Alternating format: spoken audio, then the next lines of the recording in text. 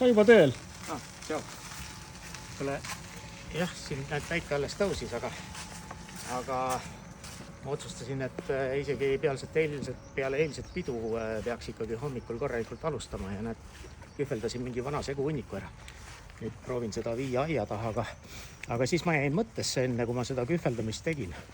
Ja see mõte oli siis selles, et minu eilne video, kus ma rääkisin teile, või kus te nägite sellist humoorikat kaadrit, kus orjapidaja sundis mind kui orja tööle ja ei lubanud isegi tualetti minna, siis tegelikult see on nagu elust enesest väga paljugi.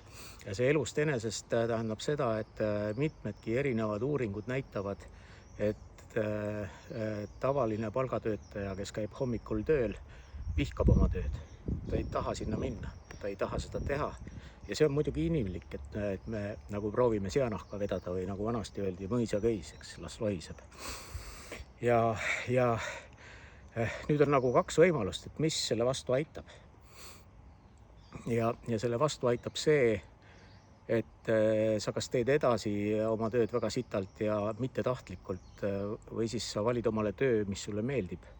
Ja sa valid omale töö, mis võib-olla kattub isegi sinu hobi või huvidega ja tegema seda tööd siis nagu väga mõnusalt ja väga hästi.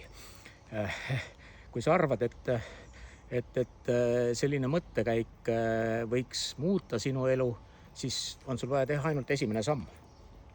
Ja see esimene samm võiks alata kas või kohe praegult. Ma tahan olla sulle toeks selles suhtes.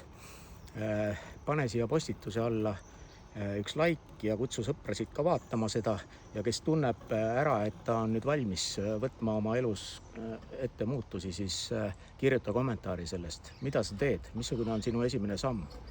Ja kõige ideaalsem on see, kui sa hakkad ettevõtjaks ja teed seda, mida sa tahad ja siis sa ei saa seanahka vedada.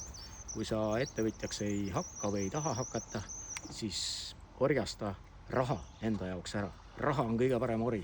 Ta teeb tööd siis, kui sa magad. Siis kui sa oled puhkusel, ta ei küsi sult palgakõrgendust, tal tõesti ükspuha, ta ainult töötab sinu jaoks. Nii et alusta siis nendest sammudest.